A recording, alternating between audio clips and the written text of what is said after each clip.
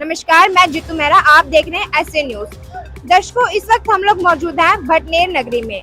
भटनेर नगरी जिसका जिक्र अक्सर प्राचीन इतिहास में आता है और इस वक्त हम लोग खड़े हैं गौशाला में, जो कि यहाँ की सबसे प्राचीन गौशाला समिति है, जिसका निर्माण 1914 में हुआ था। आप मेरे पीछे देख पा रहे होंगे, यहाँ पर एक बैनर लगा हुआ है जिस पर लिखा हुआ कि विशाल सत्संग का आयोजन किया जा रहा है, जो कि संत रामपाल जी महाराज जी के द्वारा किया जाएगा। अक्सर हम सोशल मीडिया पर सुनते हैं, देखते हैं कि संत रामपाल जी महाराज जो सत्संग करते हैं उसमें प्राचीन सदग्रंथों का हवाला दिया जाता है। तो चलिए अंदर चलेंगे, सत्संग की कवरेज दिखाएंगे कि प्राचीन नगरी में, प्राचीन स्थल पर प्राचीन सदग्रंथों का हवाला देकर जो सत्संग किया जा रहा है, उसके आधार पर जो उनके दर्शक आए उनके विचार जानेंगे। अभी हम लोग पहुंच चुके हैं जहां पर सत्संग चल रहा है। तो यहाँ पर आप देख सकते हैं, यहाँ पर आने वाले श्रद्धालुओं के लिए जूते चप्पल जमा किए हुए हैं, एक साइड में यहाँ पर लगाया गया है। अभी हम आपको अंदर की कवरेज दिखाएंगे, अंदर किस प्रकार से सत्संग चल रहा है, क्या क्या व्यवस्थाएं की गई हैं आने वाले श्रद्धालु जनों के लिए। तो दर्शकों, जैसा कि हमने आपको पहले बताया था कि यहाँ पर प्राचीन सदग्रंथों का हवाला देकर सत्संग किया जाता है, तो इसी से संबंधित हम लोग यहाँ पर एक अद्भुत नजारा देख सकते हैं। आप यहाँ पर देख सकते हैं कि यहाँ पर कुछ सदग्रंथों का यहाँ पर वाक्य लगाए हुए हैं, कुछ वाणियां लिखी हुई हैं, साथ में कुछ सदग्रंथों के यहाँ पर प्रमाण लगाए गए हैं। तो चलिए यहाँ पर उपस्थित जो लोग हैं उनसे बात करते हैं। नमस्कार सर। नमस्कार जी। सर, ये किस प्रकार का यहाँ पर प्रमाण लगा हुआ है? ये जी हमारा प्राचीन सदग्रंथ है जी, ऋग्वेद है ये। और ये ऋग्वेद में परमात्मा के बारे में बताया गया है कि पूर्ण परमात्मा कवियों की तरह भूमिका करता है और वो कबीर देव हैं, यानी वो कबीर साहब जी हैं। इसके बारे में ये बताया गया है। धन्यवाद सर। सत्संग। तो अभी आपने जाना कि यहाँ पर ये प्राचीन सदग्रंथों के कुछ श्लोक वगैरह लगाए गए हैं, उनके बारे में बताया गया कि किस प्रकार से कबीर परमात्मा मिले थे, उनकी जानकारी इसमें बताई गई है।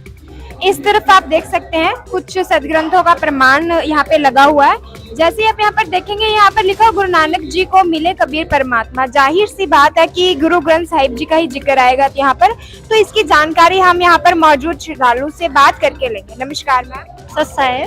क्या नाम है आपका? संदीप दासी।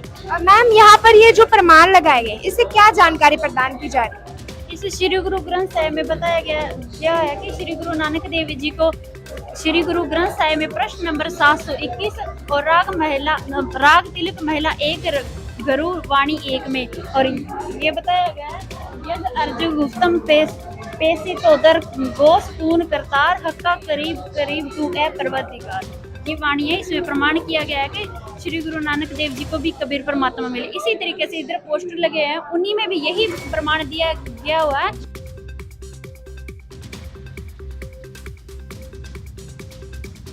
धन्यवाद मैम।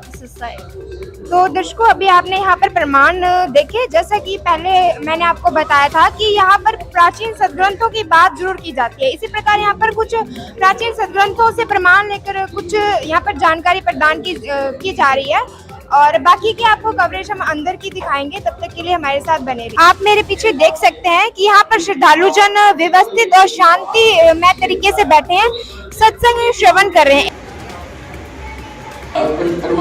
दिन का फाल्गुन सुदी यानी फाल्गुन मास की मकर से चले जाते थे लेकर के 6 बजे 7 बजे 5 बजे पशुओं को। 10 बजे से वहां अपना खाना खा रहे थे, लगभग खाना खाने वाले थे, तभी परमात्मा आए सतलोक से, एक महात्मा, जिंदा महात्मा का रूप बना के, और थोड़ी सी दूरी पर 500 फुट की दूरी पर आसमान से आकर वहां पृथ्वी पर अवतरित हुए।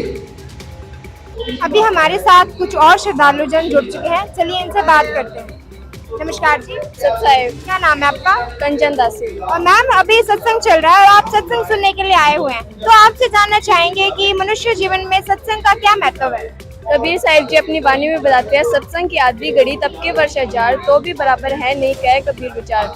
सत्संग सुनने से मनुष्य के पाप कर्म होते हैं वो नष्ट हो जाते हैं, और सत्संग सुनने से बुराइयों से मुक्त हो जाते हैं, जैसे कि नशा से मुक्त, दहेज प्रथा, रिश्वतखोरी आदि से मुक्त हो जाते हैं। और सत्संग सुनने से मनुष्य का जो मन होता है वो अच्छाई की तरह हो जाता है और बुराइयों से रहित हो जाता है। जैसे कि संत रामपाल जी महाराज सत्संग में बताते हैं कि मनुष्य जब सत्संग सुना है तो उसका मन निर्मल हो जाता है और वह अच्छाई की बातें करने लगता है, तो घर का क्लेश होता है वो समाप्त हो जाते हैं। और संत रामपाल जी महाराज की सत्संग सुनने से हर व्यक्ति सही रास्ते पे आ जाता है और अच्छाई के मार्ग पर चलता है। धन्यवाद जी। सच्चाई। तो ये थी ऐसे न्यूज की ओर से सत्संग को लेकर आज की कवरेज। तो अभी आपने जाना कि सत्संग को सुनकर किस प्रकार से मानव के जीवन में सुधार आता है और किस तरह से यहाँ पर प्राचीन सदग्रंथों को दिखाकर सत्संग किया जाता है।